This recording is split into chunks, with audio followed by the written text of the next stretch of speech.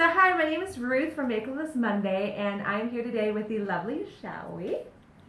And I asked Xiaoyi to come on for this Makeupless Monday moment because last Friday she went live on Facebook with this message about community, and she didn't title it anything. I'm thinking of it more as like what to do when your community breaks down. And so before I completely turn it over to you, I just want to talk a little bit like what does that mean when your community breaks down? What does that look like? Or what can that look like? It can look a lot of different ways. It could be somebody in your community has a breakup and it's the who gets which friends sort of split up. It can look like a miscommunication between you and somebody you're collaborating with on different projects that result in a lot of hurt feelings and a lot of anger and resentment. It can look like somebody within your community suddenly decides that they don't like someone else, or even sometimes a death or a either merger or I don't know what demergering, that's not really a word. You know what I mean? It's just like when there's really big changes. It could be changes in relationships. It could be changes externally caused by other circumstances. But it's kind of when your village just things get really tense, and it really does feel like the ground is shaking underneath you, and you're not sure of anything anymore. Well, you and I, we were talking before this, and it seems like you and I are kind of in that same situation where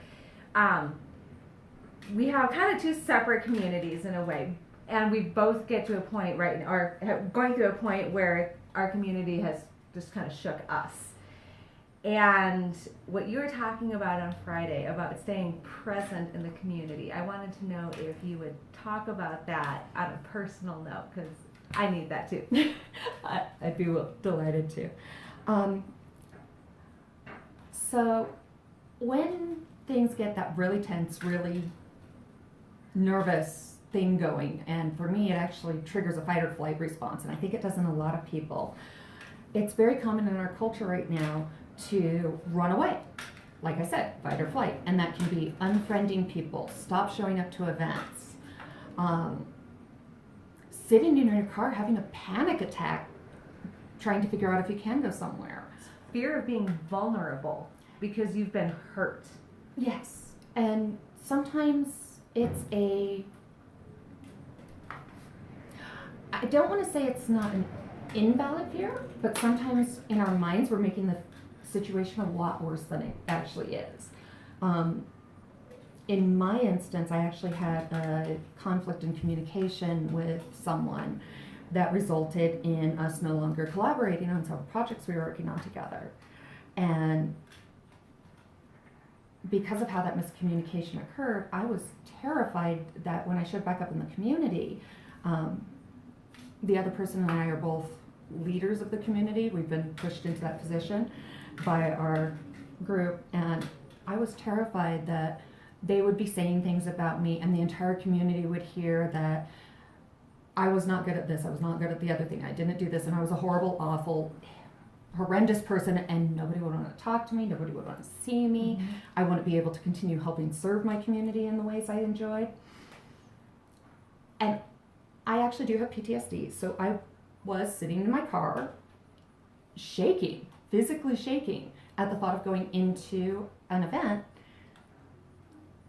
that was within this community of mine. And this community is my home. It's where I'm comfortable. I've been actively involved in it for over 4 years at this location. So because I have this and I've learned some techniques, when I was feeling all this tension and fear about walking into the building, I started doing my breathing exercises, which is breathe in for 6, hold for 2, breathe out for 6, and continue to repeat. And while I do that, I actually focus on the feel that I'm feeling. So doing the breathing while holding on to the emotion and focusing on the emotion. But when you feel fear, you want to breathe up here. You want to breathe really deep and really shallow. And when you start forcing those deep breaths while you're feeling the fear and kind of embracing it, it goes from the big, giant, scary monster that warning, warning, warning, warning, into a much smaller, like Grover-sized monster that might even be cute and cuddly. I think Grover's cuddly. And so holding it while doing those deeper breaths, which is biologically the opposite of the feeling, it desensitizes the feeling some, and it's not as scary. It took me about 15 minutes of doing this in the parking lot before I was ready to do the next step, which is when you want to run away, when you want to back away from your community, that's how you end up alone. That's how you end up feeling completely ostracized from everyone and everything. And in many instances, the people I know who have committed suicide have done so because they feel that isolation. And so isolation isn't healthy. One of the next steps after you've gotten a chance to breathe and feel that fear and hopefully have it shrink down some is to actually show up. And I had to remind myself, this is my community too. Yes, it's the other person's community. Yes, they've been involved in it longer than I have, but it's my community too. This is mine. It's so easy today. We live in a world that says, if you've been hurt by somebody, you need to pull up, you need to put up your boundaries, and you need to set yourself up so that you can never be hurt that way again. And what you're saying is very much the opposite. That when you pull up and pull out, you're really only going to hurt yourself. But it's hard. It is so hard and uncomfortable to go back and be present. Oh, it's definitely hard. One of the things I remember whenever I think about it is, no, I don't want to be hurt again. However, the only people who aren't risking getting hurt again live in graveyards. If you're alive, you're risking being hurt. Yes. Which kind of sucks because nobody wants to be hurt. But it puts things in perspective a little bit. If I'm going to get hurt by staying home, or I'm going to get hurt by going out to my community and doing something I love doing, I'll take the thing I love doing and being hurt over just being hurt at home. So that helps give me some perspective to take that active posturing and that active, this is my space and my community. And I walked into the club. And I had promised myself that I was going to stay for at least 15 minutes. When you are showing up, especially after a conflict of some sort, it's important to challenge yourself to go and do it, because the longer you put it off, the harder it's going to get. I told myself 15 minutes because that gave me enough time to go in and say hi to people, and if I wasn't feeling comfortable, if I wasn't having that fun, I could leave in 15 minutes, but I had to be there for that long, and that was my boundary. Now, it turned out that the conflict this other individual and I hadn't really gone public. They weren't sharing everything. Or more to the point, they weren't sharing everything to the fear level the story in my head had told me might be happening. Yes. That story in your head, I want to rabbit trail on that real quick.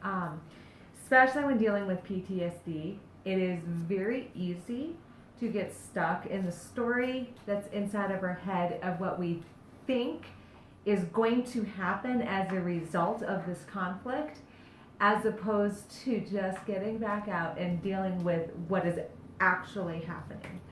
It is. And I'm very good at catastrophizing, building the catastrophe story in my head.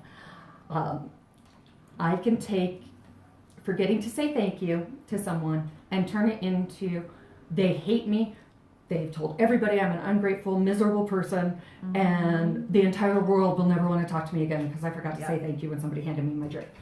There are some people probably, if the conflict directly involves you, that may need to distance themselves from you some. But that can just be being in the same room with someone and not talking to each other. We can respectfully disagree or respectfully surface interact with people we don't like, or people who have hurt us, or people we have conflict with. And that's something that's forgotten a lot. When we're online, it's very easy to type out nasty, mean things. And if we're tired of dealing with them, we just block them, and we know we're right, and it's all ours, and we're awesome. The challenge is it's a lot harder face-to-face to block somebody. I can't be here like, la, la, la, you suck, I'm good. that would just be rude. And yes, you all know what generation I just grew up in. Talk to the hand. But if I did have a conflict with you and we were at a networking event, a social event, a work event, and I can still smile and say, hi. You can still be polite. How are You you? can still acknowledge each other's presence. It's nice you're here. I'm glad you're still part of the community. Thank you. And then we can turn and walk our opposite ways and still socialize with other people. Mhm. Or maybe it's not quite to the level where I'm comfortable talking to her at the moment. And it can just be nod and move on. It's not You know. easy, but nobody's the villain in their own story. In their version of events, Right. they're not a villain. I love how you talked about that on Friday. You'd mentioned how if you really want to see change enacted in your community, then you can't just take your ball and go home and expect the community to change so that you can come back and play. So pretty much what you're talking about here is the importance of show up, be present, be vulnerable, share your space, be willing to share that, be cognizant of the voices in your own head, be cognizant of the story that you're telling yourself. There may not actually be a true villain in the story. It is just difference of perspective. And then breathe. Definitely breathe. Lots of deep breaths. And remember, it's your space and your power. You get to control what goes on in your little bubble. I can only control me. I can't control everybody else. Mm-hmm. But when I walk in knowing I can control me, that weakens the hold of the fear, and it gives me the strength and empowerment to actually stand there and stand tall in my space, knowing I'm right, and knowing this is my community. I'm not going to go away. You can't kick me out of my own home. And I'm not saying that to the person I had the conflict with. I'm Right. saying that to the monsters in my head. The monsters in your head, absolutely. Well, Xiaoyi, thank you so much for showing up today. Thank you so much for shooting this with me. I want to encourage all of you, if you're having conflict in your community, maybe take a breath. Take some time. But I would really encourage you to go back. Go back and try to be a part, and be a part of the change that you want to enact. So thank you so much. Go forth, be bold, be makeupless. You know the whole spiel that goes down at the end of every single video, so I'm not even going to go through it. All my information is going to be down in the description below, and we will see you again next week. Thank you. Bye. Take care.